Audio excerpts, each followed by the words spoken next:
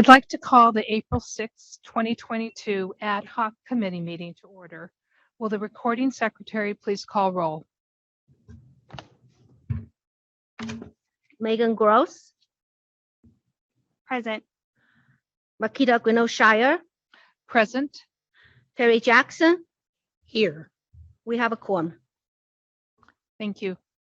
The item before us today is the interview, recommendation, and appointment of members for the Committee on Accreditation. Our task today is to recommend to the full commission 2 individuals to fill the 2 K-12 vacancies and 1 individual to fill the 1 higher education vacancy on the Committee on Accreditation. Each of these individuals would be appointed for a 4-year term from July 1, 2022 to June 30th, 2026. In addition, we may, if we wish, recommend appointment of any of the applicants to the alternate pool to serve in the event of a vacancy on the COA. The full commission will vote on our recommendations on Friday during item 2H. Erin Sullivan will take us through the process. Ms. Sullivan, will you please begin? Yes, thank you, Commissioner Grinnell-Shire. Good afternoon. First, I'd like to thank all of you for agreeing to be part of the ad hoc committee. It's an additional time commitment for all of you and your busy schedules, but it's very important, and we as staff appreciate it very much. Today, you will be interviewing finalists to fill the 3 vacancies on the Committee on Accreditation. And before you begin your first interview, we have some information we'd like to share with you about the process to make sure it's clear. Each year, the commission interviews and appoints 3 individuals to serve new or continuing 4-year terms that will begin on July 1st. The membership of the COA, as prescribed in statute, is equally balanced with 6 K-12 practitioners and 6 representatives from higher ed. The leadership of the COA is also equally balanced with 1 co-chair from each of the groups. So 1 higher ed co-chair and 1 K-12 co-chair. The list of the current COA members is provided to you on pages 1 and 2 of your agenda item. This year, the vacancies include 2 in K-12 and 1 in higher ed, whose terms are up on June 30th of this year. The nomination process began in November 2021 and was closed in February. During that period, we announced the vacancies in the weekly PSDE news and on the Commission's website. This year, we had 12 applications for the 3 positions. In concert with the process laid out in the Commission's accreditation framework, a nominating panel of 4 individuals reviews the applications. The composition of the nominating panel is actually in Ed Code also, and is comprised of individuals who are appointed by the COA chair and the commission chair for the sole purpose of reviewing these applications and choosing 2 individuals for you to interview for each open position. The finalists you are interviewing today are those put forward by this nominating committee. In addition to recommending the appointment of the 3 individuals, you may also recommend, as Commissioner Grinnell-Shire just mentioned, individuals to serve on the alternate pool. The pool is used by the executive director in the event of an unanticipated vacancy.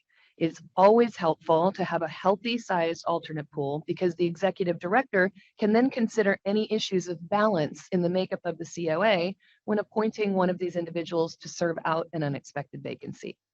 The current alternate pool is provided for you on page 2 of the agenda item. We have provided you with 5 broad questions to ask each applicant. If necessary, you may ask for clarification on candidate responses, but in an effort to be fair to all interviewees, we ask that you limit asking additional questions beyond the 5, unless it's something that you're prepared to ask all of the candidates. The questions were shared with all of the applicants this morning to give them some time to organize their thoughts, and we have allotted 15 minutes for each candidate to respond to the questions, and they've been notified of their time limitation. We will need a few minutes between each interview to let the next person know that we're ready for them and to make sure their technology is working. After all of the interviews are completed, you will deliberate and vote to recommend to the full commission 3 individuals for appointment to the COA, should you find the candidates to be acceptable. And again, you may also appoint any of the applicants to the alternate pool. The issue of balance and representation on the COA is addressed in your agenda item on pages 2 and 3, but just as a reminder, no COA member will serve as a representative of their employer, but they do serve because of their expertise in California education and educator preparation. With that said, we have balance considerations that we like to keep in mind. For instance, geographic representation, gender, racial and ethnic balance, segmental representation, size of the institution, and public versus private institutions, among other things. As I mentioned, the current COA members are listed on pages 1 and 2 of the item, and I'd just like to point out a couple of current considerations. With regard to membership of K-12 professionals, we have a couple of members in county leadership roles, 3 teachers, and 1 college and career coach currently on the COA. For our post-secondary professionals, you will note that we have a greater number of private post-secondary institutions represented at the moment, though we do have representation from all segments. And in both the K-12 and post-secondary professionals, we have a greater Southern California representation at the moment. The 2 impending K-12 vacancies are from a teacher and the college and career coach, both from the Southern California area. The impending vacancy from the post-secondary side is from a Southern California private post-secondary institution. In terms of gender balance, of the 9 remaining members of the COA, so not counting the 3 vacancies, 3 are women and 6 are men. Finally, 1 of the K-12 finalists and 1 of the post-secondary finalists that you are interviewing this afternoon are current COA members who qualify to run for another term. And with that, I will turn the meeting back over to Commissioner Grinnell-Shire. Thank you, Ms. Sullivan. We will now open for public comment on this item. Members of the public who attend the meeting at the commission office will need to submit a request to address the commission card to the meeting moderator. Individuals who join the meeting via teleconference, please notify the meeting moderator by clicking on the raise hand icon if participating through Zoom or pressing *9 if participating by phone. Recording Secretary, are there any public comments?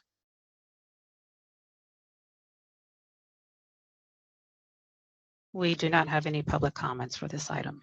Thank you. The public comment period for this item is now closed.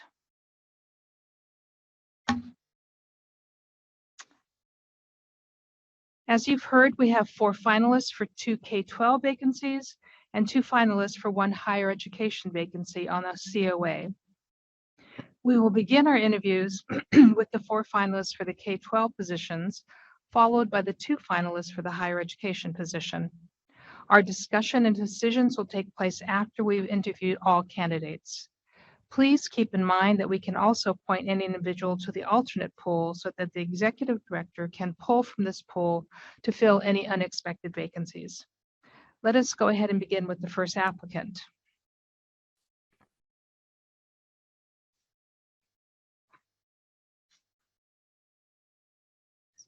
Is the first applicant online? Is it Ms. Zajkowski? Hi, that was a good effort here. Holy cow. Oh, it's because I was on 2 devices. Sorry about that, people. Yeah, my name's Katrina Zajkowski. Nice to see you. I am Commissioner Marquita Grinnell-Shire. Joining me on the interview panel are Commissioners Megan Gross to my right and Commissioner Terry Jackson.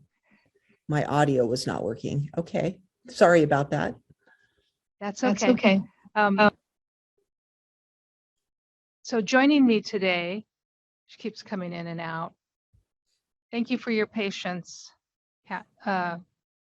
Katrine.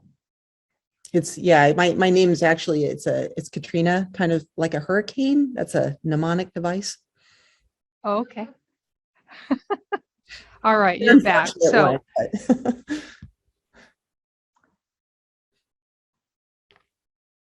I think we'll go ahead and get started. We're having some interrupted video, but I'm going to keep going till the staff tell me to stop. So joining me on the interview panel, just to make sure you understand that, are Commissioners Megan Gross on my right and Terry Jackson on my left. We're going to ask you a few questions, and at the end of the interview, you'll have an opportunity to ask us some questions. I want to remind you that you have 15 minutes, and we have 5 questions, so I'm going to go ahead and begin. Could you briefly summarize your professional experiences in education and educator preparation in California? We're interested in your teaching experiences, your work with diverse K-12 students or credential candidates, and/or any issues that you are especially focused on in your work. Well, thank you for allowing me to visit with you this afternoon. I hope that we can maintain connection. I'll try to keep an eye on chat or other places if we lose that. This is my 32nd year in education. I have worked on the U.S.-Mexico international border my entire career. I have credentials in math, English, and social studies as a secondary educator. And I live 2 blocks from the high school where I'm currently teaching. So all of that frames my commitment and love for the students in my community. It's a testament to the humility that I have acquired working with young people in a very diverse and challenging environment. The community where I work is largely working class populated. There are a significant number of enlisted military families in my community. I teach at Mar Vista High School, which has been my home off and on throughout the last 32 years. I am currently teaching U.S. history and teaching math. And before that, I worked in administration as the program manager for our district's teacher induction program. And Sweetwater is the largest secondary district in the state of California. And so that gave me an opportunity to work with over 600 new teachers over the past 4 years, and to form relationships with 120 mentors and all of the supporting people in our local community. I got to know people at all of our IHEs, people at the county office. I have worked throughout the state of California, coordinating expository literacy grants, math science teacher initiative grants through the California State University system. I have learned a lot through intersegmental endeavors, which have brought various stakeholders together. And ultimately, a focus on classroom teaching, I think, needs to remain the constant throughout all of those diverse experiences. So although I have earned administrative credentials, although I have earned a PhD in educational policy studies through San Diego State and Claremont Graduate School, the North Star for me has always been effectively engaging diverse young people in learning so that they can engineer different futures for themselves. And so that challenge right there has reminded me of the many ways aspects of our system affect positive teacher-student relationships. So I think having returned to the classroom this year, and yes, the classroom with masks and no masks, has been incredibly educative to me.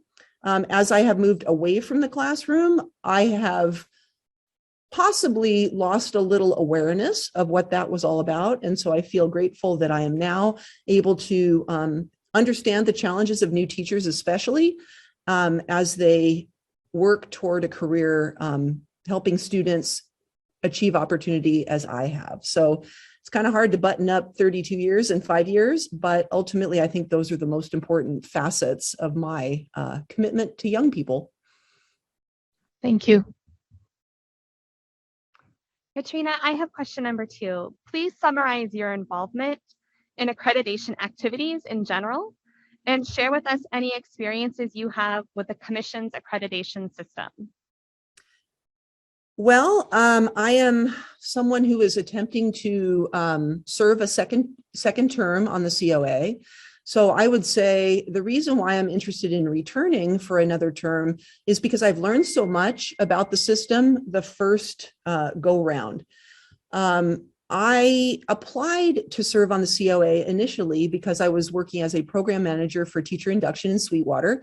And it occurred to me that I would learn a lot about how to run and redesign our program through the collaboration with other COA members. And I was absolutely not disappointed.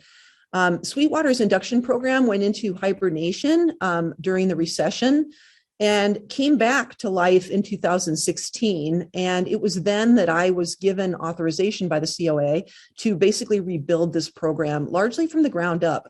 New standards, not your grandma's Bitsa program anymore. And it was my charge to attempt to align expectations of our program with these new standards. So that experience really taught me from an application perspective, the value of the standards, how they serve as guidelines for programs like mine to design and implement programs with specific objectives and outcomes and measurable indicators of effectiveness.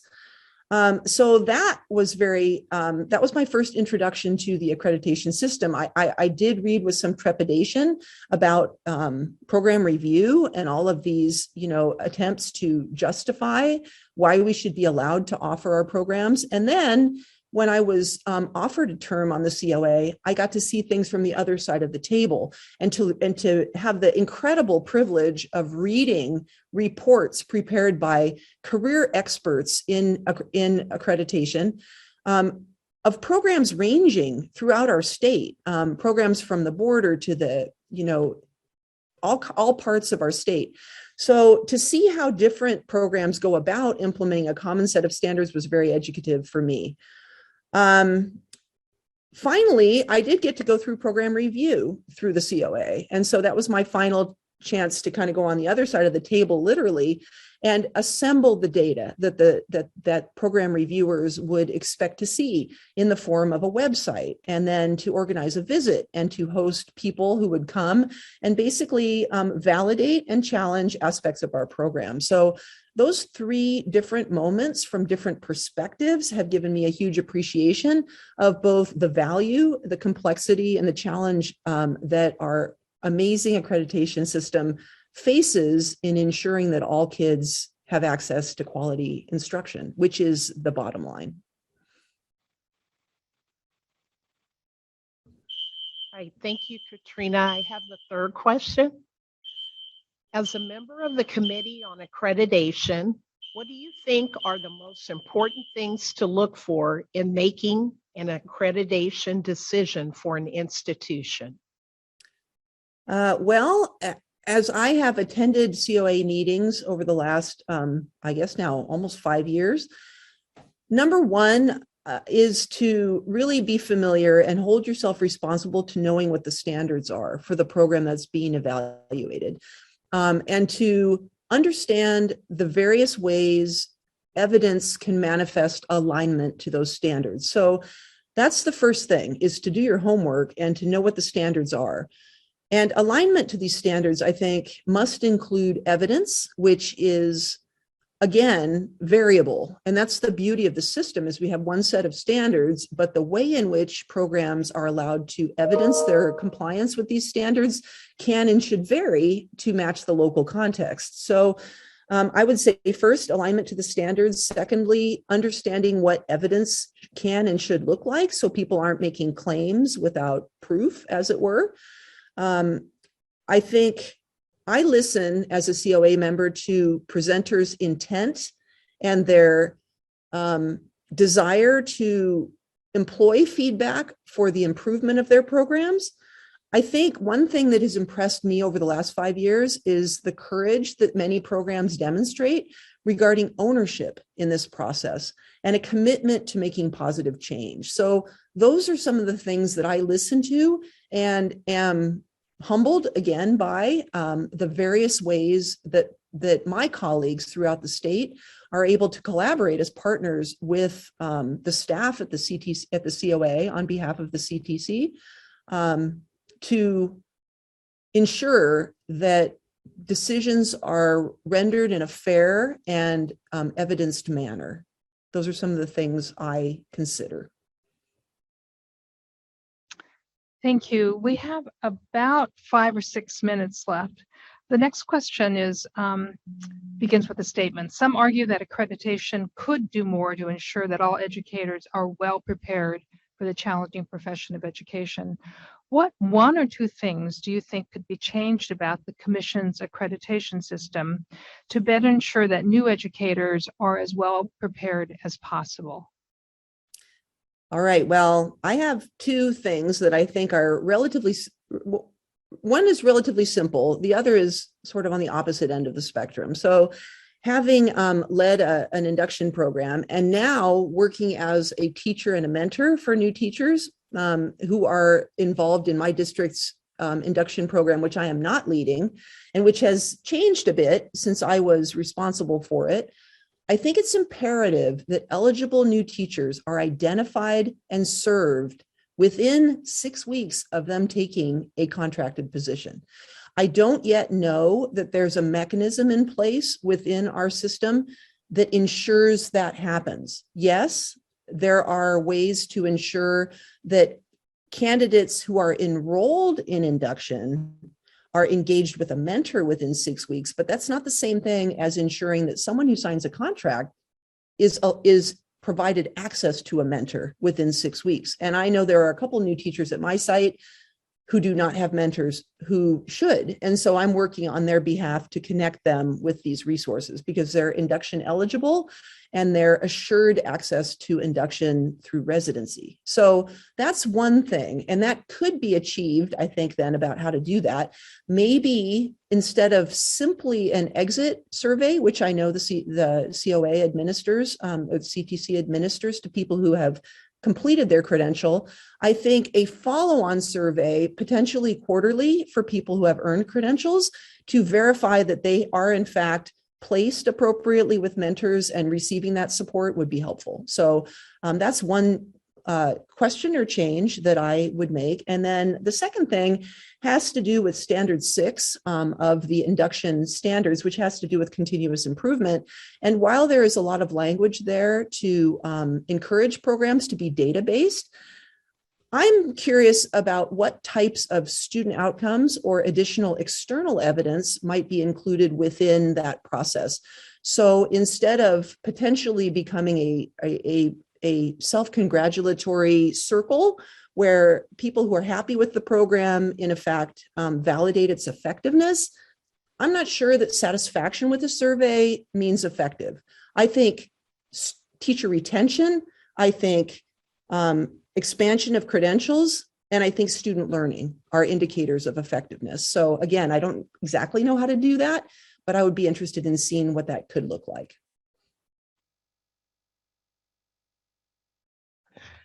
Hi, Katrina. I have the last question. Is there anything else you would like to add that you think would be important for us to know as we consider your application for the COA? Well, I'm sure that the other finalists are hugely qualified people. I feel like it's been an honor to occupy the seat that I've been in for the last few years. I feel really lucky to have had that experience.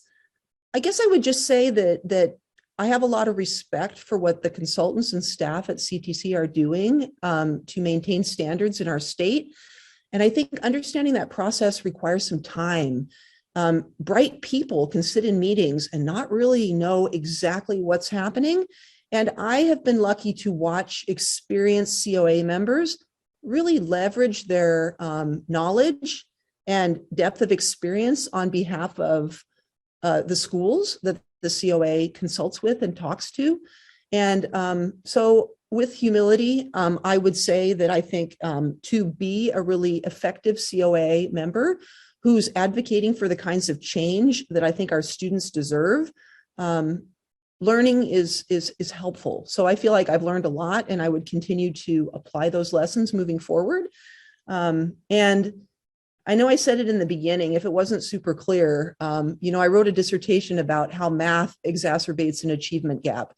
I think it's imperative that the COA have an undercurrent of challenge of what is currently limiting students' opportunity in our state. So I think while it might not be explicitly stated in the standards, I know that The intent of diversity on the COA is to challenge programs to rethink and question and continually attempt to place equity and equal opportunity at the forefront of all of their decisions. So that's what I'd like to leave you with. Thank you.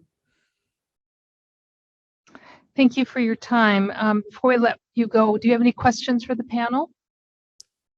I think I've outstayed my welcome, and if I'm any indicator of your other people, they're super busy too. So thank you. I'll take my leave. Great. Thank you very much. Good afternoon, Mr. Hallis. I am Commissioner Marquita Greeno. I'm Commissioner Marquita Greeno-Shire. Joining me on the interview panel are Commissioners Megan Gross to my right and Terry Jackson. Thank you for applying to be a member of the COA.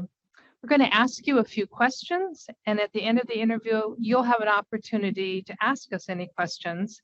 I want to remind you we've allotted about 15 minutes for each of our candidates this afternoon. So I'm going to start with the first question.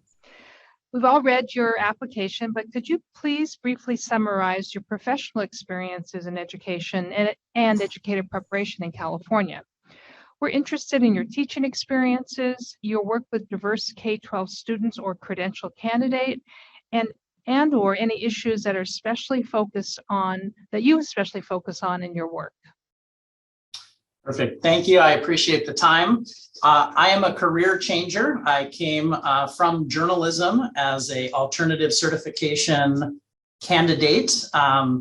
I liked the credential program so much that I went through. I ended up getting 3 different credentials: single subject English, mild to moderate, and moderate to severe in special education. Then moving on to get my admin credential as well. I spent over a decade teaching in middle school and high school classrooms in Los Angeles at a variety of Title I schools, always really having a focus on literacy and the science of reading, starting as an English teacher. That kind of led me into special education and doing some reading intervention programs at the district level. Still teaching in the classroom, but then moving on to serve as a district instructional coach across the wide variety of Los Angeles schools. I didn't know LA had rural areas with horses and livestock till I had to drive everywhere around that town. And during that time, I really found my passion working with new teachers, serving as a mentor for induction candidates and really training new teachers and working with the LAUSD intern program as an instructor and content writer. That's when I got the bug. I moved out to the county office in Riverside to become a program manager for the induction program there. So I worked with the over 2,000 new teacher candidates each year at RCOE as an induction program manager, training both the mentors and coaches and working directly with teacher candidates. Then we saw a need for finding more special education teachers out here in the county. So I helped actually write, prepare, and submit our mild to moderate and moderate to severe intern programs. So going through that authoring process, submitting to the CTC, and then going from paper to the classroom and getting the program up and running. And that's what I'm doing now. I'm working with over 100 intern teacher candidates in special education across the San Bernardino and Riverside counties in a variety of districts and classrooms, serving as the administrator of that program. So really getting to see what these teachers go through on a day-to-day basis. And, I have my my cell phone and my email signature. So these candidates are calling me directly, texting me with, all the ups and downs that a new teacher goes through. I'm excited. Our program at the county office, we are looking towards future submissions of multiple subject and single subject to get into the gen ed world. And I'm really excited about that, so we can really focus on that common trunk of preparation. I think it's having that strong ed specialist programs already up and running, transitioning to the new standards and TPA. I'm really excited around the commission's work of that common trunk. I think my experience in both Gen Ed and SPED is really making that a passion project of mine. So I'm excited to incorporate, the deeper dives into literacy and the new literacy TPEs into that work.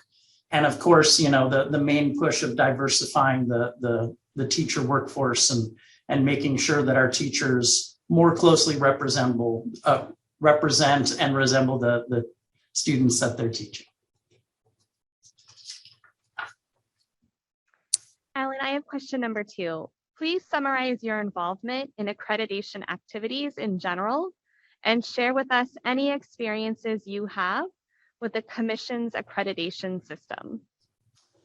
Perfect. Well, I guess some adjacent work where, as you know, Megan, working with the Ed Specialist Design team around the Cal TPA. So being a part of that work and knowing what a gigantic piece that's going to be for the state and our Ed Specialist candidates to, really ensure they're getting that quality preparation. In addition to being the design team member, also being a marker scorer and trainer for the pilot and field test for the Cal TPA has really been just a wonderful and rewarding experience. Beyond that, just being part of the Board of Institutional Review as a program reviewer, common standards reviewer, being on site teams and participating in site team visits.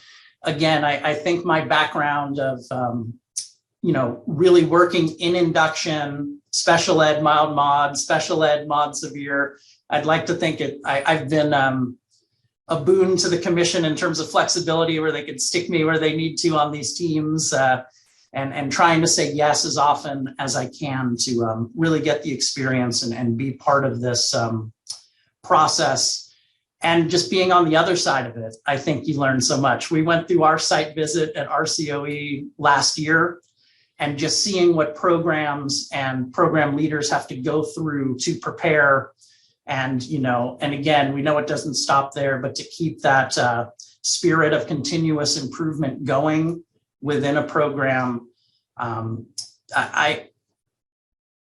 pleased to say I've seen it from both sides and how rewarding it can be.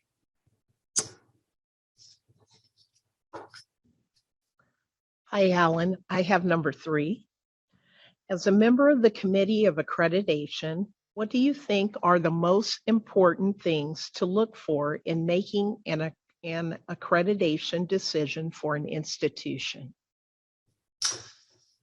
Well, I guess the boring answer is that really looking at all the common standards and the program standards and saying they exist for a reason, right? So I know we want to take a holistic approach and really take a look at all of the programs and an institution and the findings. But, there's also some analytic rubrics present for a reason, right? So just making sure all the boxes are checked. But in really looking at the accreditation handbook, the terms that get mentioned most often are quality and effectiveness. So I really think looking at the rigor and research base of these programs, making sure not only that they're present, but they're also consistent, but also current. We know that this world and landscape is changing really quickly. We have so much research coming out around new evidence-based practices, maybe dispelling some of the ones that we've kind of used as tent poles for a long time. And just making sure that these programs have the systems in place presently and moving forward to stay current, but also flexible, for our teacher candidates. We know that flexibility is so important in this new world that we're living in. So, making sure that they're responsive to both the research, but the people that they're serving, I think is really critical. And of course, diversifying the educator pool. I think when looking at programs these days, we see it in different common standards. And I know we probably shouldn't weight certain common standards more than others. They all have to be present, but I really think responsive programs need to have some type of view and vision for how they're going to help address, what's really a moral need in our work. Thank you, Alan. Some argue that accreditation could do more to ensure that all educators are well prepared for the challenging profession of education. What one or two things do you think could be changed about the committee's accreditation system to better ensure that new educators are as well prepared as possible? Yeah, I'll start again just by complimenting the system of continuous improvement, just the fact that these programs have to engage in this, not just once every few years, but there are activities that go on constantly, I think really keeps the conversations fresh and alive. Again, going back to diversifying the teacher workforce, maybe something in Common Standard 5 around program impact, maybe thinking of ways to even more directly tie that to diversifying the educator pool that we do see in Common Standard 2. Programs are, required to submit, certain required documentations for their reviews, maybe something, a piece of evidence around that important body of work that we're hoping all of these programs are doing. But if there was something more unified or standardized, maybe that evidence could be, used in other venues and other launch points in terms of data collection and analysis for, how we're doing across the state, because we know this is something that we need all hands on deck for, and really calling it out as required evidence might make it more of a North Star for, programs who aren't quite there yet in figuring out how to tackle it. Right. I have the last question. Is there anything else you would like to add that you think would be important for us to know as we consider your application for the COA? Again, I just want to thank you all for your time. Again, I'll put the plug in just for how excited I am around the Commission's push for more of a common trunk approach, at least a preliminary teacher preparation, and seeing how that'll benefit the whole field down the road when it comes to induction and our future school leaders. I see the common trunk and more dual credential programs, having experience in those classrooms, and, that will really make the focus be that all students means all students, and hopefully bringing higher expectations to our special education classrooms, allowing our general education teachers, giving them a toolbox with more strategies to address, students with all different types of support needs. And, I'm really excited to see that work, because it's really energizing all of the programs that I've been talking to and collaborating with. And then just lastly, again, I think I do have the experience of living this daily from morning till late at night. I am getting calls and emails and texts from these interns who, really are facing a different classroom and school site reality than even I did being, at a school site a few years ago with the pandemic. With the infusion of technology, with all of the things that they're dealing with in these diverse classrooms and diverse districts. So just kind of getting to know their realities and their hardships and the ever-changing politics of the profession, it's really left me energized and feeling positive.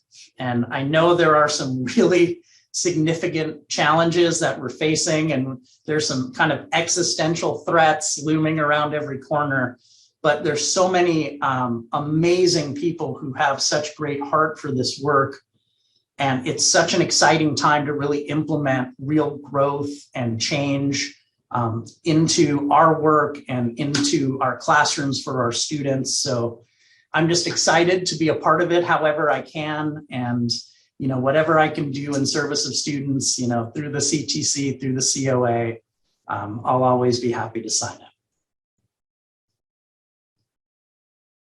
Thank you for your time. Before we let you go on with your afternoon, do you have any questions for us?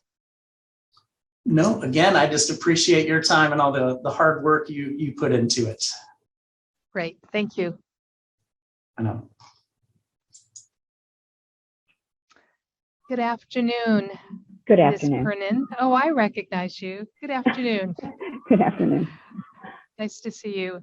Good I'm to see you. Commissioner Marquita Greneau-Shire. Joining me on the interview panel are Commissioners Megan Gross to my right and Terry Jackson.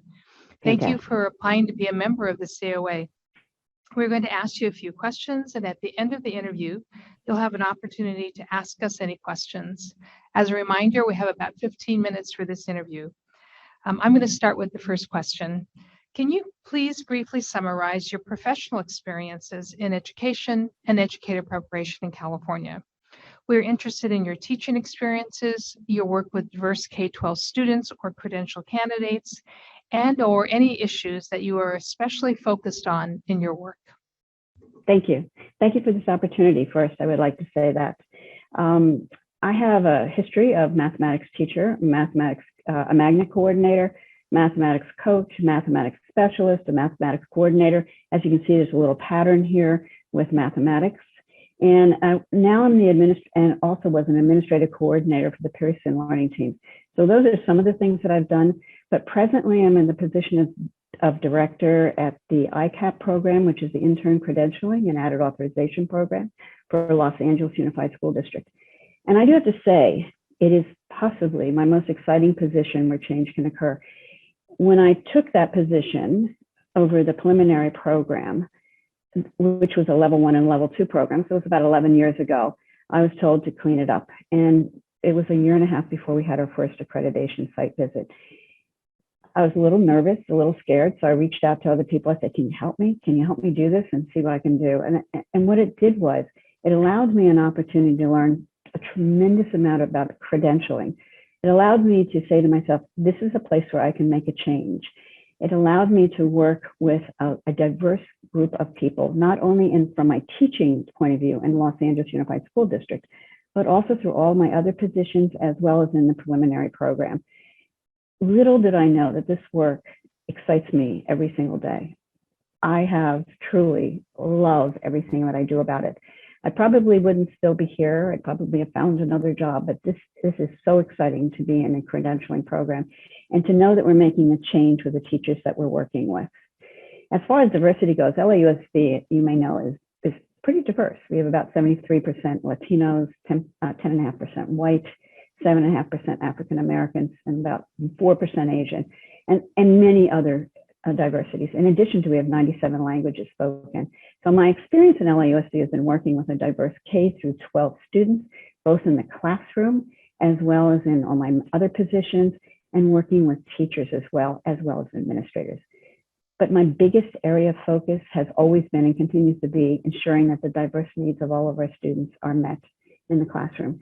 Now, that does not mean just in the classroom that they're met as far as diversity goes for the African American, white, and Latino, but it also means for our students with special needs. It also means for our low economic level for our children who are foster children, because I've had foster children in my classroom, as well as our teachers are working with. So I figured out that this is the best possible way that I could provide a support in LA Unified to make sure that all of our teachers were really properly trained to implement practices that are theory-based, that they would be able to implement and then make change in the classroom and meet the needs of all of our students. So meeting the needs of our students is instrumental in my work for ICAP, we call it ICAP, but also goes one step farther. Our educator workforce must be diverse. And since 1983, LA Unified has done that. We've tried to diverse. It's the reason why we had legislation that went through. In particular, one area that we are presently working on is maintaining men of color in the classroom. We have noticed that men of color tend to leave the classroom and not stay. And one of my heartfelt things is to do is boy, would I love to see more men at the elementary level. Even though I was a secondary teacher, how wonderful would that be to see more men at the elementary level who are teaching? What we did was we got a grant through CSUN, and it's the Los Angeles Male Teachers of Color Network, and we are implementing that grant. It just started this spring. And we are using this grant to train our mentors, our lead mentors, as well as our administrators on how do we keep men in the classroom and how do we make sure that our men of color stay within the classroom. So working in a diverse environment, to me, is the most exhilarating thing that we can do, because we are addressing the needs of all children, and it all goes down to the child. What are we doing for every single child in the classroom? And I think that's it.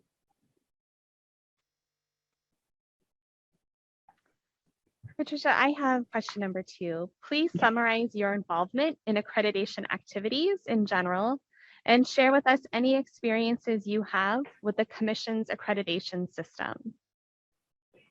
Well, when I first came into ICAP, which was then called District Intern Program, I had a year and a half to get ready for an accreditation. And during that first year and a half, I had to organize my programs, which at that time, as I said, was a level 1, level 2 program, for the site visit and to gather all the materials for the site visit. So that was amazingly challenging, considering that I was brand new in the program and I was learning everything about it, and I was working with other people on that. But what I did notice, it was a lot of paperwork. So what I suggested to them, as I said, could we use the thing called Dropbox? And I said, we need to get into a little bit more into the 21st century and use a little bit more technology. So we used Dropbox. I don't know if people still use Dropbox. I don't, but maybe they do, in lieu of the hard copy version. So I said, let's move forward and let's see about what we can do, even using things like Dropbox. Then I thought we needed to start some technology. What happened in the first accreditation was heavy into paper, writing, et cetera. But then I looked at it closely and I said, well, where's a lot of the data that we need and when we're doing an accreditation? So then comes 2021. And in 2021, I was a lead for all the programs that are for accreditation. It was January 2021. Truly was exciting to put it together. And I know people thought I was crazy afterwards. I cried at the end when they told us about the accreditation, how we did on accreditation. But I said to them, it was really wonderful that we could go through, look at all of our data and see where we are and what we were doing and what areas we needed to improve on and what areas were working really well. To me, that was the most interesting part of that. In addition, it allowed me to see where we could make changes in our program, which would affect that in the classroom. So I was really interested in that and really found that exhilarating to be able to do that, to lead that. My boss kicks with me now and he says, 7 more years, right, Pat? 7 more years, you're going to stay here and you can do accreditation again. I said, oh, maybe. We'll see about it. And then for the BIR, I am now leading a team for next year for a BIR. I had done it once before. And I also have done, for the Board of Institutional Review, I've reviewed multiple subjects and I've also done common standards. I, again, found that really interesting because that gives me information about what I need to do for my program as well. And the BIR, when you go to a site, is amazing because you're able to learn so much from another program that it may not be run the same way as you are, but you sit there and you go, wow, that's an interesting idea. That's really great. I'm so happy that I learned that information. So I was so happy that I decided to do the Board of Institutional Review too, because I think it helps my program and it helps, hopefully it helps other programs as well. Hi, I have question number 3. Okay. As a member of the Committee on Accreditation, what do you think are the most important things to look for in making an accreditation decision for an institution? When I think about this, I think about the standards and the standards for accreditation and things that you have to do. So that I always think that everything is dependent upon the standards and how the standards are met by the institution. I've done a lot of narrative writing, and in the narrative writing, when I put a team together, I said, remember one thing and one thing only. It's about the standards.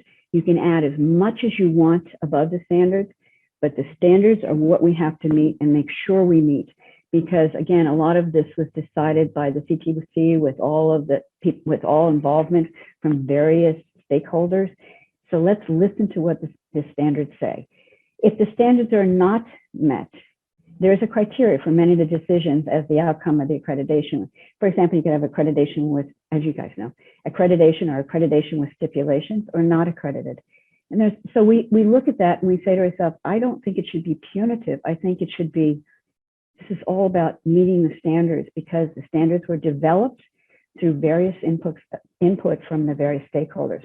I also think that if a program appears to be doing well, excuse me, in training and doing well in the program, but there are inconsistencies, we as a committee need to determine if there's a way to support the program to make the appropriate changes to continue with the program.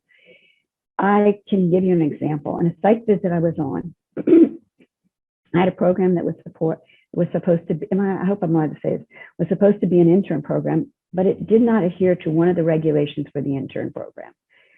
And truthfully, I loved the program. I liked the program. And from all other aspects of the program, I was able to see wonderful work that they were doing. It was unbelievable. We as a team had to decide what to do. What are we going to do? They really are doing such beautiful, beautiful things, but they're really not adhering to what they said they were, which was an intern program. So we spent time speaking with the CTC consultant. And as this was a very unusual case, we ended up making a decision for accreditation with major stipulations. My hope was there was something that could be done with the program so that they could continue and support would be provided for them to address the one issue that they had about the intern issue. Well, lo and behold, the CTC, as usual, came through, and their staff came through, and they figured out what they could do for this program. And I forgot to tell you, but the one thing the program was, it was situated in a high needs area where students really needed good teachers, and it was part of a school. And on top of it all, here we're talking about equity and access. We needed children to have beautiful, wonderful teachers, and these teachers were so excited about the work that they were doing that they figured out a way in which this program could continue under certain stipulations. And as far as I know, they're still going, and they're in an area which is a high need area, providing great teachers in that program to all the students in that particular program. So I think that everything is dependent upon the standards, bottom line, but how the standards are met by the institution. But if they are not met, there is a criteria for many of the decisions as to the outcome of the accreditation stipulations, and that the support must be provided if we are seeing that they really have a great potential and that they are able to move forward and adjust to the stipulations that are made. I hope that makes sense to you, but I'm kind of passionate because of the one situation that I had. Thank you. Patricia, some argue that accreditation could do more to ensure that all educators are well prepared for the challenging profession of education.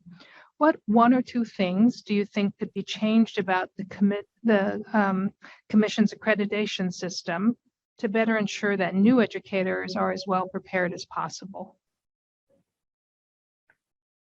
I think one of the biggest changes we had was from the old to the new system. So I'll go back to that idea. I think that the first step that has been taken by the accreditation committee, which I'm ecstatic about because of what they did, and it's a relatively new accreditation cycle, and it's now being implemented as it encompasses a 7-year period of time. And what's so interesting about it, it has the whole idea of inquiry on it, and the idea of looking at data and looking at evidence and seeing how your program is moving forward, which to me is in alignment with all of our clinical practice that we do in induction program, our clinical practice, even in the preliminary. Are our teachers getting better? Are we noticing an increase in the clinical practice, the effectiveness of their clinical practice? So I think that's one area that they have moved in that direction, and I hope they keep looking at that over and over again. I also think it's nice that we, again, as I said before, and I'll say it over and over again, the data, the use of data and the evidence to me is key for all accreditation processes. Also, the different ways that you can present data and evidence to me is very important.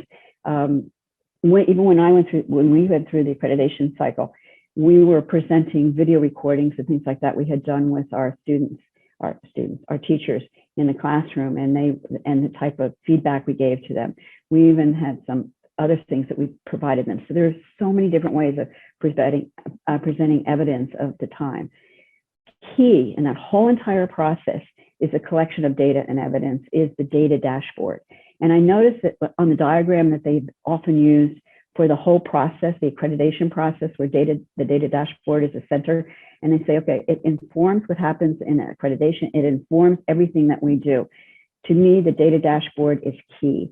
The diversity of our participating teachers, which hopefully sheds light on our program that we have to put in there every single year, and what we need to do to our programs based on that diversity and the program.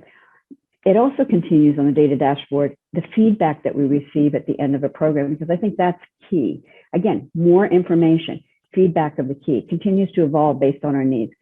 So as the data does provide more information, so I'm suggesting to you that is there any way possible that I would have that an end of program survey is nice. Well, what happens if we do something like provide feedback from teachers 5 years after they have taught and they have finished their program, after they finish the program? Wouldn't it be wonderful to see what are they doing with all the things that they learned? There was a study, and maybe we can tie it to the renewal of credentials. There was a study by Pennsylvania State University.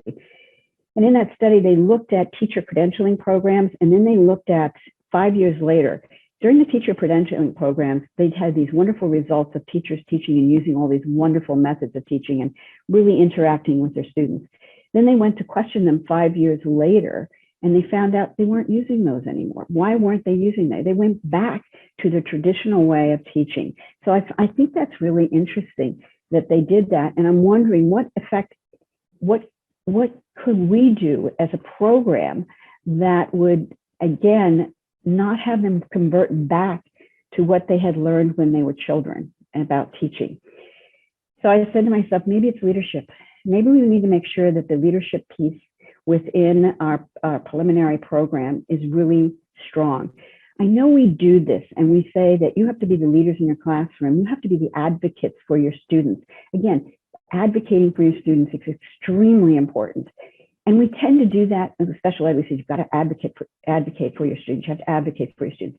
Well, I'm hoping we're doing that also with multiple subject and with single subject, advocating for our students, saying, this is the best way I can teach them, and I don't have to go along with this particular program, but being advocates and active in instruction that they have to deliver to the school. Yes, we have standards to go by for the state of California, but I want our teachers to come out as advocates for the students, knowing that I still have to follow the standards for the state of California, but I can also be an advocate by saying, here's a great way that my students learn. Let's make sure it happens that way. So again, I look at the data dashboard, would love to have a 5-year data dashboard somehow that we get back and say, okay, what are these teachers doing now? How do they feel about the program? Is there anything else they need that would provide us more information? I think the terminology on the surveys has been equalized a little bit more. We had a problem sometimes with the data survey with terminology not being the same throughout the state of California, but I think they've done a good job on that. But again, as I say over and over again, this new 7-year cycle is great. I hope we keep looking at it and we keep digging deeper into the type of data that we want in order for us to evaluate our programs. I have the last question. Okay. Is there anything else you would like to add that you think would be important for us to know as we consider your application for the COA? I suppose the one thing that I would like you to know is that I'm passionate about diversity and underserved students. And all my personal connections with that is really, you know, I really want to make sure we get teachers in the classroom who look at all of our students and say every child can succeed. I was also an academic decathlon coach in a high school, and our academic decathlon team was not great. And when I took it over, it was about 54th place, but that's okay. So I said, okay, I want to have these kids because I want to have them learn about academic decathlon, the ability to compete, and also to learn some skills that maybe they have never had an opportunity to learn. One of which, if you know anything about the academic decathlon, they have to do interviews and they have to do some impromptus on for part of the academic decathlon when I was a coach there. So one of the things we really stressed with him was doing interviews. We had a diverse group of kids that were in our program, and it was not for me to say, okay, we're going to be number one, but it was to, let's get the experience together. So what we did was I really focused them in on the interview, because I said, you're going to use this someday. I promise you, you're going to use this someday. So, and then of course they had to get dressed up. All right, to go to academic decathlon, you have to present yourself. So what was happening, one of my students came to me and he said to me, you know, my dad is so excited about this that I get tears. I'm sorry, I get tears when I think about this kid. My dad was so excited that we went out and I got my first pair of dress pants and shirt that I could wear for academic decathlon for when I did my interview. And I said, oh, that's fantastic. And I said I'm so proud of you, you know, all the work that you're doing and everything. So he goes into the interview and he comes back again and he was all proud and everything else. And he said to me, and then later on, after he had he got into a school, and he came back to me, he says, you know, Miss Brennan, I never would have gotten into my school had I not learned how to interview. And I said, good enough for me. I said, that was what I wanted. He said, I never would have known what it was like to interview, to speak up, to shake hands with a person. Of course, nowadays we all do the elbow, but to shake hands with a person, I don't think I would have ever learned how to do that. And it's enough to make you tear up and think about that. I had another girl who came to me later after she was, and I'll stop. So if I'm going over time, I had another young lady, she came to me and she said, after she had graduated from Harvard, she got a full scholarship and full ride. And she said, I just had to stop by, Ms. Pernin, because I wanted to tell you, because of you and your attitude about women and women succeeding, I'm going to become a neurosurgeon. My parents didn't really support me in this. They wanted me to go to school and get married. And they said, but I'm going to become a neurosurgeon. I'll probably never have a chance to come back and tell you. But I wanted you to know that you showed me what it is like to be a woman and a woman who can succeed. And I said, I was shocked. I cried then too, because I was shocked. That's what I want to see our teachers do. I want them to be models for our kids. I want them to connect with all our kids and make sure that all of our kids have the opportunity to succeed in the classroom. And I think the place where I am right now with teacher preparation is absolutely ideal. And to me, I think I was probably training for all of that through all of my other areas. So again, as you can see, I'm kind of passionate about teacher education because I think that's the way we have to go. I think that's where we're going to make the difference when we have absolutely wonderful teachers, in addition to wonderful administrators, because we also have administrative programs. And that's why I can spend hours working and thinking about my work and how I can improve everything. So thank you so much for the opportunity to meet with you. Thank you, Patricia. We appreciate your time. Thank you. Thank you. Good afternoon, Mr. Rabanera. Nice to see you. Hi, it's good to see you too. I'm Commissioner Marquita Greneau-Shire. It's nice to see you again after all this time. Joining me on the interview panel are Commissioners Megan Gross to my right and Terry Jackson to my left. Thank you for applying to be a member of the COA. We're going to ask you a few questions, and at the end of the interview, you'll have an opportunity to ask us any questions. We have about 15 minutes for your interview with us. So I'm going to start with the first one. Please briefly summarize your professional experiences in education and educator preparation in California. We're interested in your teaching experiences, your work with K-12 students or credential candidates, and/or issues that you are especially focused on in your work. Thank you for having me this afternoon. My name is Dr. Al Rapanera. I'm a high school math educator from Fullerton, and I've been teaching for 18 years. I've served in the capacity as a math department chairperson, a math coach, and activities director. And my leadership experiences have ranged from facilitating professional learning communities, leading technology workshops, to planning and implementing professional learning experiences for other educators. I've served in the capacity as a master teacher, working in collaboration with university supervisors to support pre-service teacher candidates during their clinical experiences. I've advocated for California educators by meeting and speaking with legislators, and have provided expert testimony to Assembly Education Committee.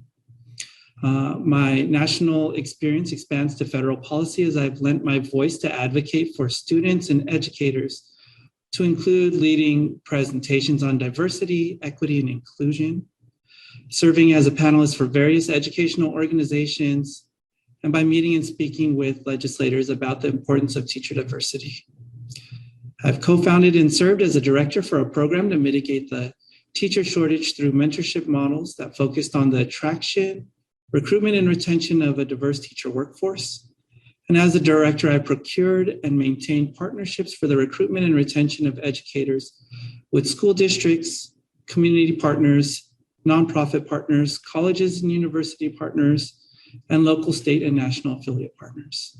In my role as the director, I provided program oversight and program direction to support the coordinators and program assessment specialists. I've secured over $750 million in grant funding and other in-kind resources from partnering organizations. And that briefly summarizes my professional experiences in education as an educator. Thank you. I have the next question. Please summarize your involvement in accreditation activities in general and share with us any experiences you have with the Commission's accreditation system. Okay. While I do not have direct experience with the Commission's accreditation system, I've participated in other accreditation systems and I understand the importance of the process. Previously, I have served as my school's accreditation chair through the regional accreditation process, Western Association of Schools and Colleges, WASC. My leadership efforts led to my school earning an accreditation status of a 6-year term with a midterm review. As the chair, I led focus group leaders and facilitated focus group meetings, engaging my colleagues in the accreditation process to share about our school's processes and programs. To expand my understanding of the accreditation process, I've served on the WASC visiting team committee to experience accreditation through a different perspective of the institutional review process. As a board member of the Council for the Accreditation of Educator Preparation, CAPE, I've served as one of 4 P12 practitioner representatives. CAPE is a national accreditor that advances equity and excellence in educator preparation through evidence-based accreditation that assures quality and supports continuous improvement to strengthen P12 student learning.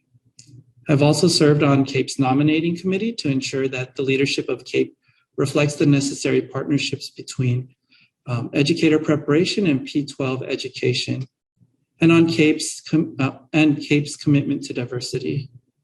Additionally, I've served on CAPE's Equity and Diversity Committee, serving as an independent expert advising CAPE about diversity and equity in accreditation.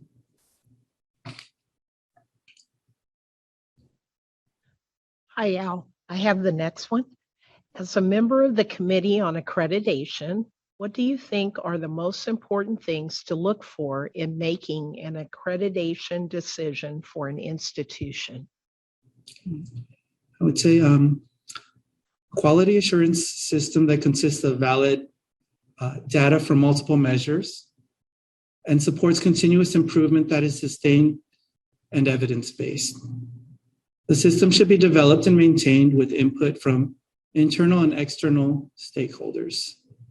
The provider should use results of inquiry and data collection to establish priorities, enhance program elements, establish goals for improving and highlighting innovation, to include cross-cutting themes of diversity, equity, and inclusion. A system of checks and balances should ensure that there are highly qualified, well-prepared educators in the classroom.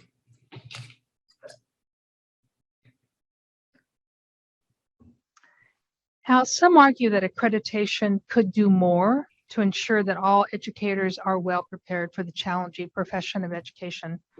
What one or two things do you think could be changed about the committee's accreditation system to better ensure that new educators are as well prepared as possible? Yeah, one thing I think could be changed would be continuously updating how educator preparation programs use school-based clinical experiences to prepare new teachers by having diverse placements, to also include early mentorship pairing and programming for pre-service candidates to provide support, feedback, the knowledge and skills needed to be prepared for the first days of teaching. And the second thing, hold on, can you come back in a little bit, please? You're in a meeting? Yeah, please, thank you. All right, sorry I'm at school still, but it is what it is. You gotta do what you gotta do, if you want something. That's okay, that's right, you gotta do it. The second thing is to leverage the lessons learned from the pandemic, to streamline and to evaluate the accreditation process, to generate living documents that educator prep programs use to guide that prioritize the cultivation of highly qualified, well-prepared educators.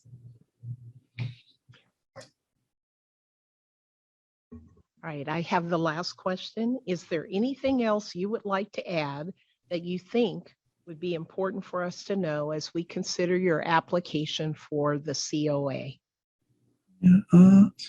As an educator, I'm very enthusiastic, creative, and flexible. My educational experiences have been recognized by the California State University at Fullerton, as I was honored as a Distinguished Alumni of the Year, for the College of Education for developing and implementing the development and implementation of new programs that promote the retention of current teachers and to encourage a new generation of students to pursue careers in teaching. And I was honored by the NEA Foundation with the Horace Mann Award for Teaching Excellence for demonstrating expertise in my practice, advocating for my students and the profession, manifesting and having a commitment to equity and diversity, engaging my communities, and supporting other educators in the learning process. So that's what I'd like to share.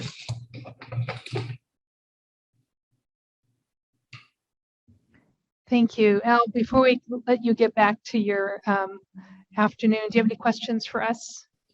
Could you speak a little bit of what the process looks like?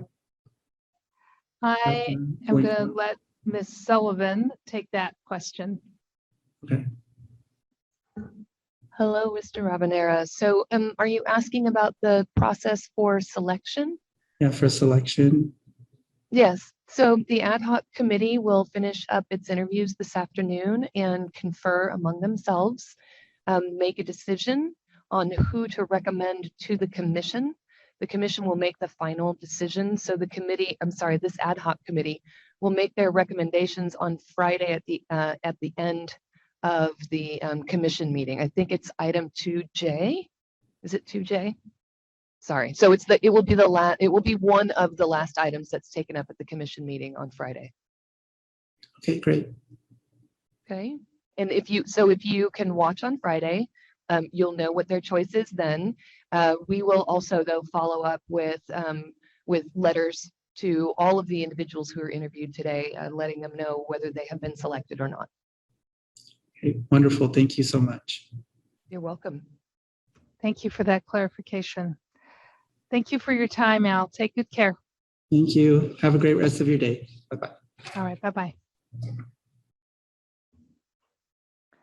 Good afternoon, Ms. Creacia. May I call you Kathy? Yeah, absolutely. It's Creacia, but please call me Kathy. Creacia. Okay, thank you. Mm-hmm. I'm Marquita Greneau-Shire. I serve on the commission. Joining me on the interview panel are Commissioners Megan Gross to my right and Terry Jackson to my left. Thank you for your interest in applying to be a member of the COA. We're going to ask you a few questions, and at the end of the interview, you'll have an opportunity to ask us any questions. We have about 15 minutes for this interview, so I'll go ahead and get started with the first question. Sure. Would you please briefly summarize your professional experiences in education and educator preparation in California? We're interested in your teaching experiences, your work with K-12 students or credential candidates, and or any other issues that you are especially focused on in your work. Sure. Well, I started out as an aide, and I was in a school that was at that time categorized as severely handicapped. That was in Upland, California. Then I was a substitute teacher, and I transitioned into being a LAUSD district intern. And I was pursuing my education specialist credential, mild moderate disabilities. And I taught middle school at Curtis Middle School in Carson. I have K-12 instruction experience with kindergartners through 12th grade. I've taught general ed, gifted, mild moderate, of course, as well as some moderate to severe. And in that spec, I've really drawn on a lot of that experience to help with a lot of the credential candidates, understanding the importance of being well prepared, because as you know, we have all types of students in all of our classrooms now. So I just really think it's important that the majority of our candidates know how to work with the majority of our students. I'm able to talk to them about their experiences, and also let them know my experiences, and kind of really provide as much support as possible, and helping them understand that I do know exactly what they're going through because I've been there myself, and that they can do this, and that their preparation programs and the CTC, we are collaborators in supporting them.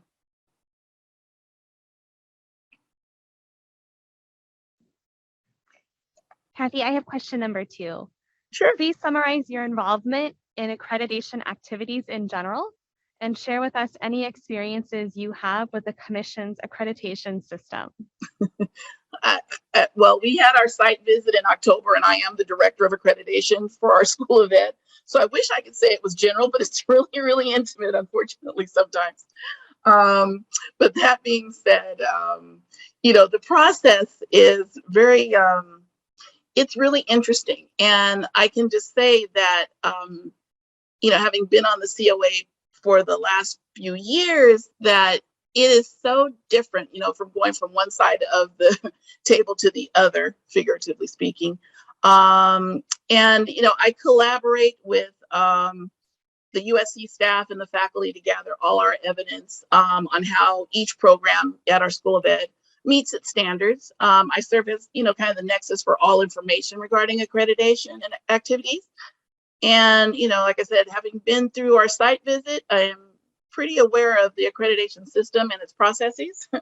And yeah, I could say that most of my experiences have been pretty good. I mean, I granted accreditation, the site visit during COVID and all the other things going on. I wouldn't call them fun. I would say that they were definitely very, very helpful. And I will say that the process definitely works. Hi, Kathy. I have question number 3. Sure. As a member of the Committee on Accreditation, what do you think are the most important things to look for in making an accreditation decision for an institution? I think it's really important to look at the evidence. I think having people on the site visit team that are well versed in various types of evidence, as related to standards, and that we really need to have an open mind as to the various ways that organizations choose to show how they address meeting standards. I think for me, I think the intentionality of the IHC or the program and transparency are the key things, I would say, to start with.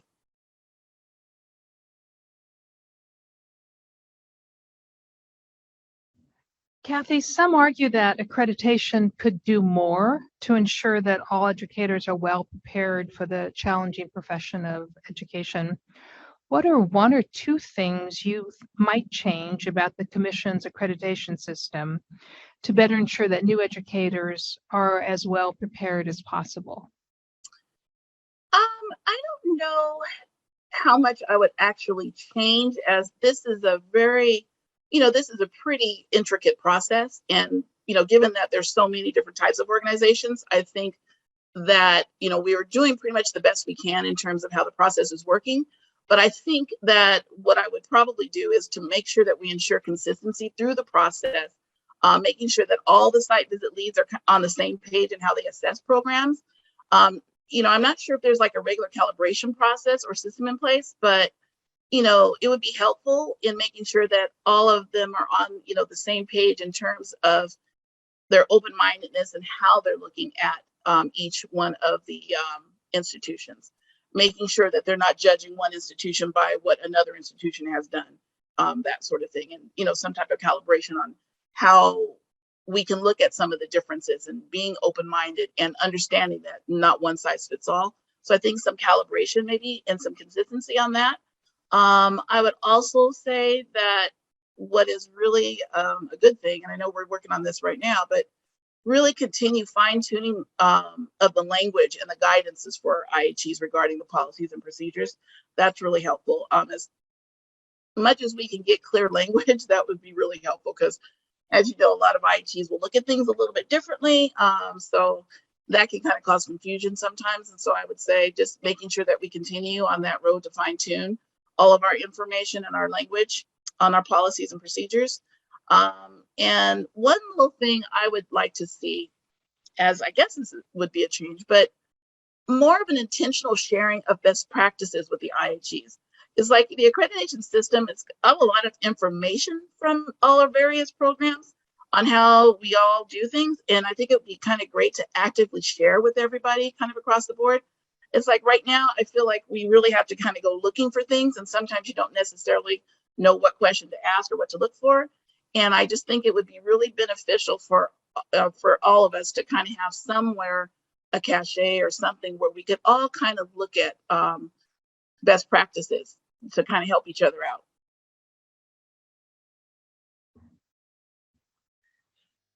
Hi, Kathy. I have the last question. Is there anything else you would like to add that you think would be important for us to know as we consider your application for the COA?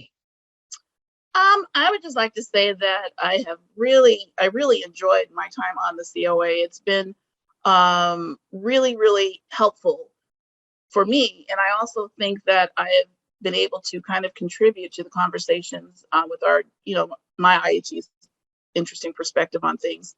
And it's been a really tough couple of years. And I would just like to say thank you to the commission for the for their patience with all of the IHEs through all of the many COVID flexibilities and iterations, and that I would really look forward to having another term. And I feel that it's been great for me, and I feel like I've had, I've been contributing pretty well, and so would just like to continue that and just say thank you for considering my application again. Thank you, Kathy. Do you have any questions for us? No, I guess just the timeline. When would everybody be notified? So we're an ad hoc committee that will make a recommendation to the full committee, and then the full commission, and that decision will be announced on Friday morning. We think it's item 3. We're going to check 2H. So that'll be announced during the public part of the meeting on Friday, and then the staff will send you a letter as well. Awesome. Well, thank you so much, and thank you for the work that you all are doing. It's a lot, and it's greatly appreciated. So thank you very much. You're very welcome. Thank you for all of your work. Have a good afternoon. You too. Bye-bye. Good afternoon, Mr. Cervantes. Augustine, it's nice to see you again. I'm Commissioner Marquita Greneau-Shire. Joining me on the interview panel are Commissioners Megan Gross on my right and Terry Jackson on my left. Thank you for applying to be a member of the COA. We're going to ask you a few questions, and at the end of the interview, you'll have an opportunity to ask us any questions that you might have. We have about 15 minutes for this interview. I'm going to start with the first question. Could you please briefly summarize your professional experiences in education and educator preparation in California? We're interested in your teaching experiences, your work with diverse K-12 students or credential candidates, and or any issues that you are especially focused on in your work. Thank you for the question, Marquita. So I've had the pleasure and privilege of working in higher education for over 15 years, mainly working in support of diverse students pursuing careers in teacher education. I've worked at Hispanic serving institutions. I'm working at one now at Cal State LA, public and private, both in Northern and Southern California. Most of the scope of my work has been around the student support service end. I've led the development, implementation, and evaluation of student service programming to increase, say, participation, retention, and incremental graduations for first-generation college students, especially those from non-traditional populations, such as students of color, veterans, students with disabilities, and all in support of the education sector. I've had the opportunity to teach. I've taught dual enrollment classes through community colleges and private universities for students pursuing teacher pathways. I've also taught educational foundations courses, ethnic studies courses, have taught for our preliminary credential programs, coursework in integrated teacher education programs, as well as done just academic advising, admission, annual state and national accreditation data reports, established practicum placements, made school partnerships, coordinated and collaborated with school districts, as well as community colleges, and I've instituted contractual and procurement systems to support students who are looking to become educators.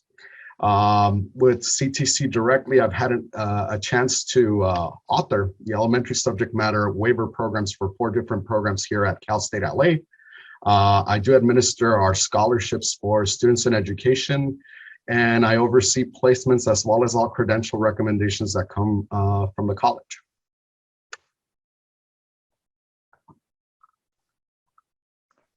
Thank you. I have question number 2. Please summarize your involvement in accreditation activities in general and share with us any experiences you have with the Commission's accreditation system. Sure. So most recently in fall of 2020, our College of Education partook in its peer accreditation review, and I was an integral part of this process in a variety of focal points of that review, including student services, mentor teacher development, fieldwork, practicum placements. We covered admission as well as academic advising and college data tracking in many regards.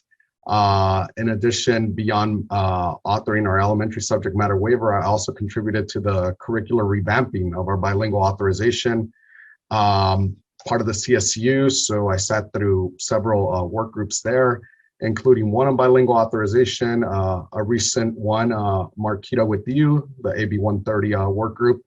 I also run all convenings pertaining to our subject matter program groups here on campus, our ITEPs, our single subject programs, our child development and ECE programs. And of course, I'm responsible for Title II data reporting and compilation of those reports.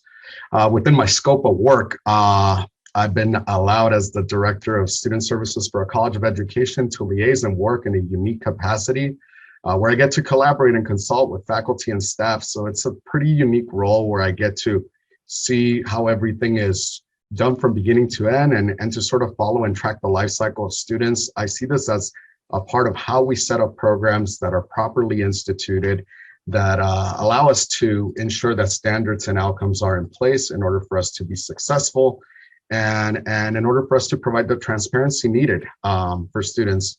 So I've been able to really contribute to the review of our Educator preparation program standards, helping define what those performance expectations of candidates are, including the assessments we come up with, as well as candidate competencies and dispositions that we want to have in place.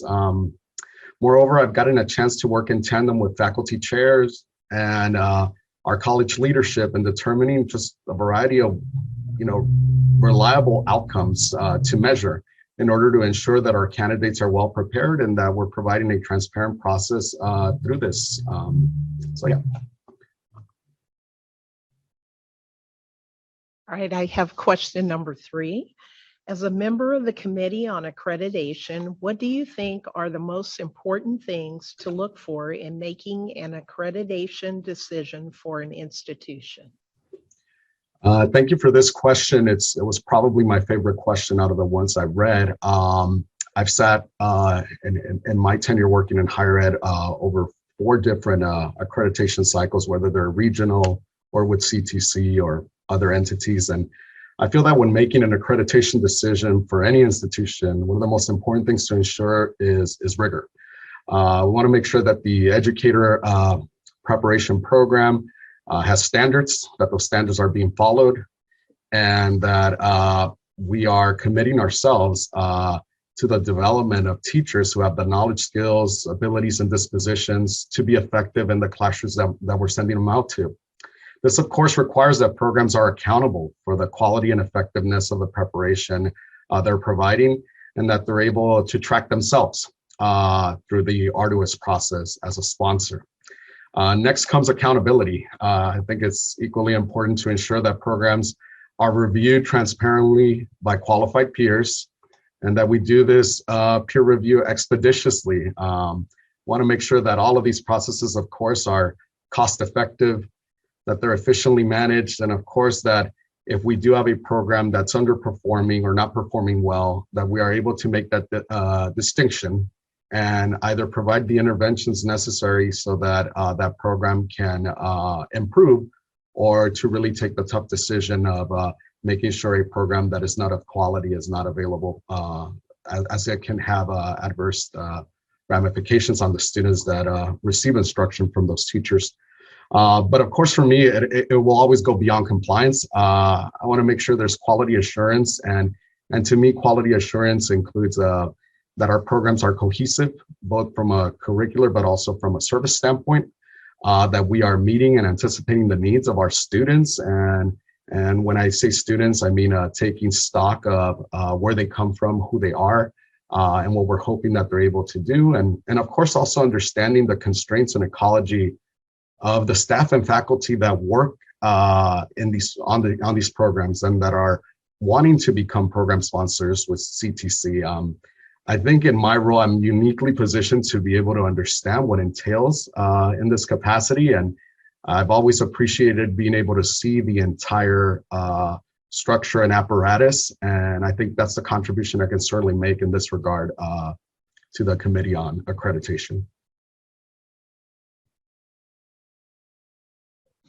Thank you. Some argue that accreditation could do more to ensure that all educators are well prepared for the challenging profession of education. What 1 or 2 things might you think we could change about the Commission's accreditation system to better ensure that new educators are as well prepared as possible? Thank you for this question. I think there's, of course, a lot we can all do to ensure that all educators are well prepared.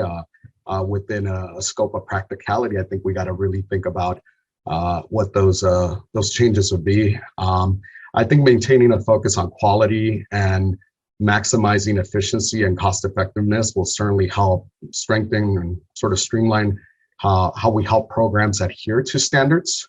I've appreciated, for instance, the revised cohort maps that the Commission put out. I think this is a good start, but we can certainly take it to the next level.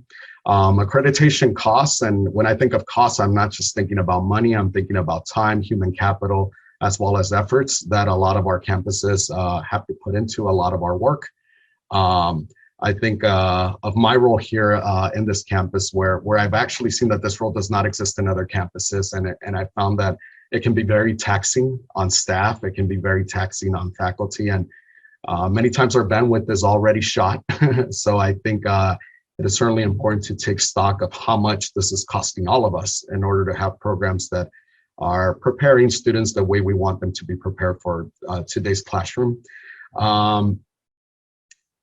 Instituting new processes. I think I'd love to see how the Commission's accreditation system can perhaps help campuses or program sponsors take better direction. I think many times we find ourselves receiving a standard or a requirement and trying to figure out how to do this, and also how to do it in a way that's student-centered and effective. And I think that's one of the ones that I would certainly challenge all of us do better. I feel accreditation reviews. We just went through one in 2020, and I love the way ours went. But at the same time, I think there's always this perspective that it is burdensome, that it is cumbersome, that it takes time. And I would rather us work collectively to create a paradigm shift where we see it as something constructive and collaborative, where we're trying to improve. And I think this comes from all directions, but certainly the commission can help in making campuses feel validated in what they do and understanding the importance of this and not feeling, say, like they're being watched over or checked, right? And beyond that, I think the contribution of educators, I've always appreciated that the commission takes the inclusive practice of bringing faculty members, staff members, folks with expertise into the ranks. But I think we can certainly do more of that. I think we can certainly find other spaces to include us all in the accreditation system. And that can't be overstated, especially at a time of a shortage. I think you got some campuses with some great ideas that can certainly help us all turn a corner and perhaps re-envision how we're preparing educators across the state. I have the last question. Is there anything else you would like to add that you think would be important for us to know as we consider your application for the COA? Sure. I thought about this question a little bit. I work at a CSU, Cal State LA, and it's a university that is a part of the largest system preparing educators for the state. So it goes without saying that because of its nature and capacity, having the voice and contribution of a member from the system will help strengthen, say, the efficacy and perhaps the functionality of how we do accreditation. I'm also a product of our local public education school system, a first-generation college student, Latino, and I have a vested interest in the value of quality education through a community-centered approach. And I would love to be a contributor. I see myself as part of a community of practice through our entire system and by extension through anybody that's hoping to educate the next generation of teachers.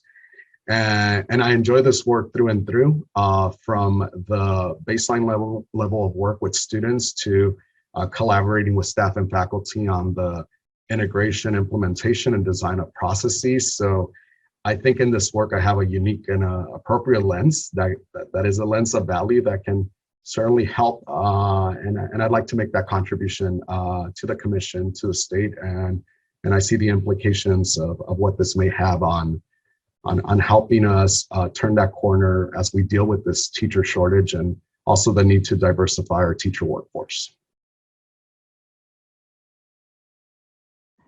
Thank you. Do you have any questions for the panel? Just one question. What does the rest of the process look like from a timetable standpoint? And if there's anything else that the panel may want to share about the scope of work and the responsibilities surrounding this. Sure. I'll speak to the timeline. So we're an ad hoc committee, and we will make recommendations to the full commission over the next 2 days. And then on Friday morning, it's item 2H, where the commission, the full commission, will vote on the members of the COA. You also receive a letter from the staff regarding our decision. I think that's, Ms. Sullivan, is there anything else about that process? Okay. No, that's a complete description. Thank you. Thank you. Well, we thank you for your time and enjoy the rest of your afternoon. Okay. Thank you. Appreciate the work and the opportunity. Thank you.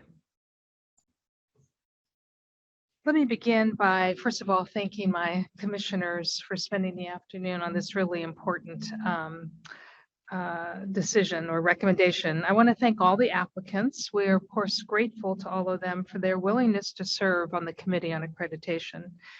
So we're going to discuss each of the applicants, and I'm looking at my co-commissioners. And is there any applicant in particular who stood out based upon their experiences, their responses, their written application?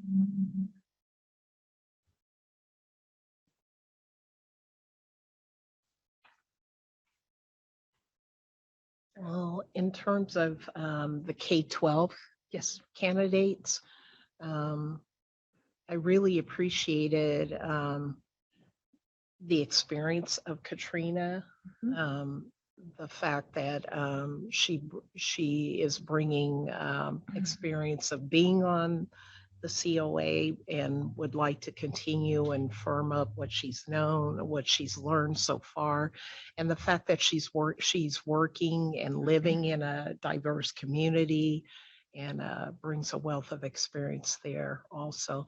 I just want to say this is a tough decision because I feel like all the candidates were brought great experience to the table and a great background, but I wanted to just talk about the fact that she is bringing that experience to it, and I appreciated Alan's experience also. You know, changing professions, coming into the education field. You know, bringing his varied backgrounds in terms of special ed, which is so important. Those are our most vulnerable students, and to have someone who is so deeply committed to that field also was important also. You know, and yeah, so. Megan, do you?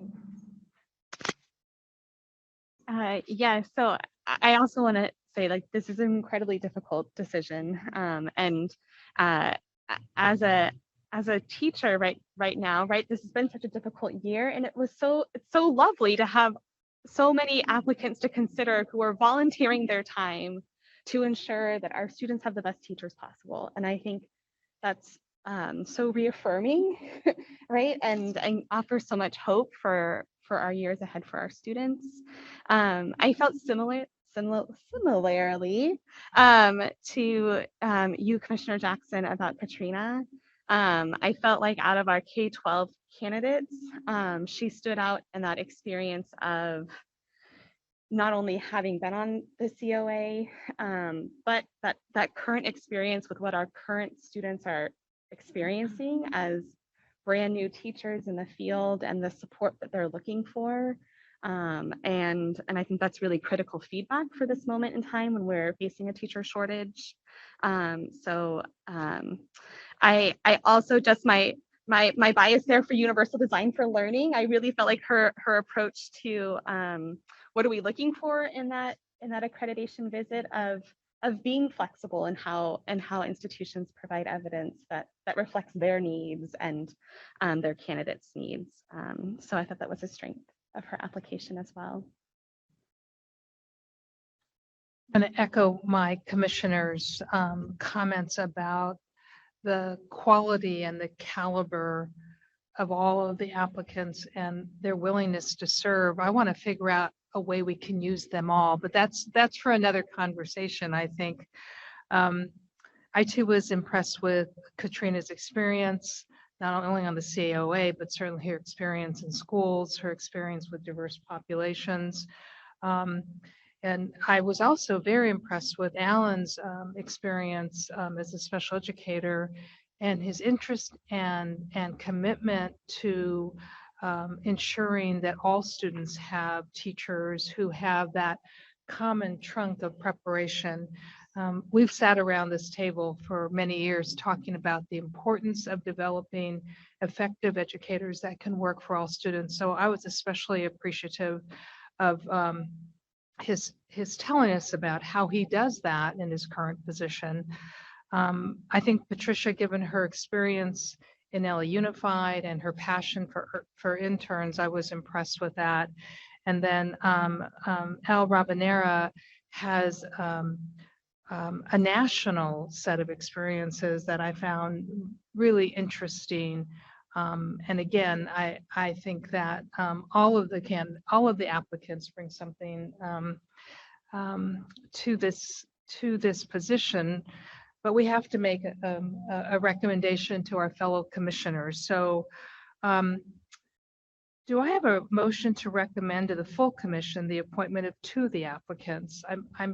I am hearing some consensus. I've heard two names that we all have talked about. So I would invite a motion from one of my fellow commissioners.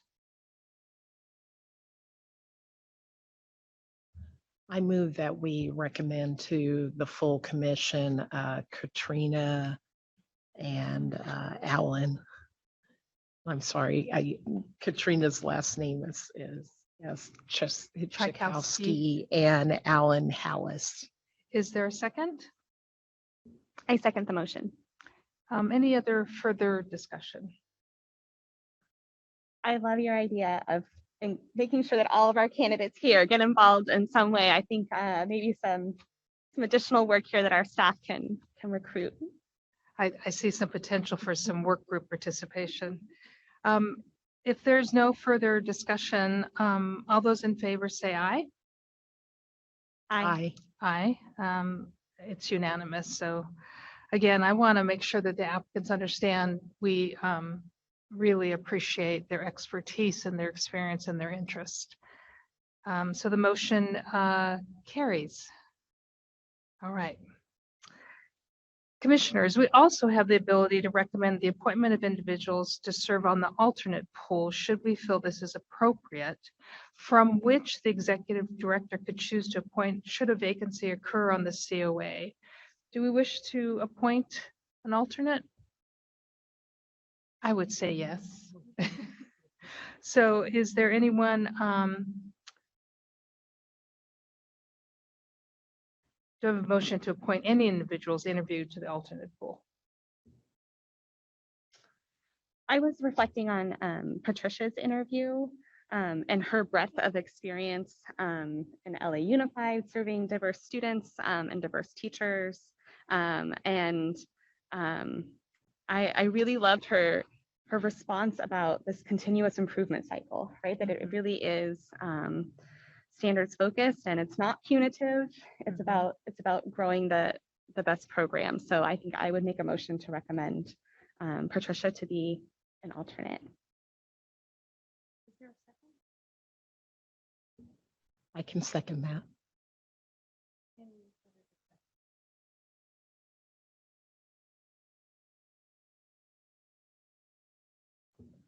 All those in favor say aye. Aye. Aye. Aye. Motion carries. So as we were impressed with our K-12 colleagues who applied, I was equally impressed with our higher education applicants. So let's spend a little bit of time talking about our two applicants. Who wants to start? Megan, why don't you start this time? I think both of these applicants are really compelling candidates for this role and for different reasons. Thinking about, Dr. Kreshia, she has that classroom experience, the experience, the learning that has already taken place as a current COA committee member.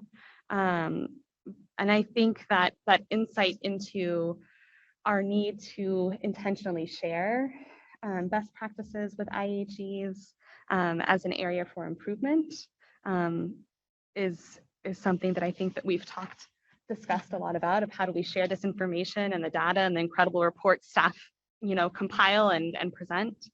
And then conversely, Dr. Cervantes, has that a public institution perspective, and really what I found compelling about kind of his experience, right, is that it's really broad-based in terms of all the programs he's overseeing, and and that interest of how do we make that paradigm shift that this isn't a burden. Because we hear that a lot, that this is a lot of work and we're already short-staffed. And so I'm curious about his ideas for how to make that paradigm shift so that it is a more positive, holistic experience. If I may jump in, I again was impressed with both applicants. I was impressed with Dr. Cervantes' student services background. And when I think about how accreditation visits require students, staff, and faculty and district partners all to work together to demonstrate how effective they are, I think his experience, both as a student service professional as well as an instructor, the way he described it, an instructor in their teacher preparation program, I think brings great value, could bring this great value to the COA. I also heard him say he's had public-private experience, and you'll recall that the staff reminded us that we're looking for representation on the COA along a number of dimensions. So I think Augustine would bring that added layer of that experience. Yes, I agree that my ears perked up when I heard the public and private experience, and making sure that we really do, because we've heard reports here on the commission about where our aspiring educators are coming from, and they're mainly coming from our public, institution, our system that we have here in California. That's great. And so that experience, I feel, is there, that voice is really needed and everything. And I agree about, if there's some change to make a process positive rather than looking at it like this is one more thing we have to do and the boxes we have to check off. And if that can be brought to the process and improve it in that way, that would be great to have that voice on the committee. I was really impressed with our other candidate too. And the fact that she does bring experience with the COA, but I know this one's really tough. I agree, looking at both of them for what they bring. But probably I do lean more toward Dr. Cervantes.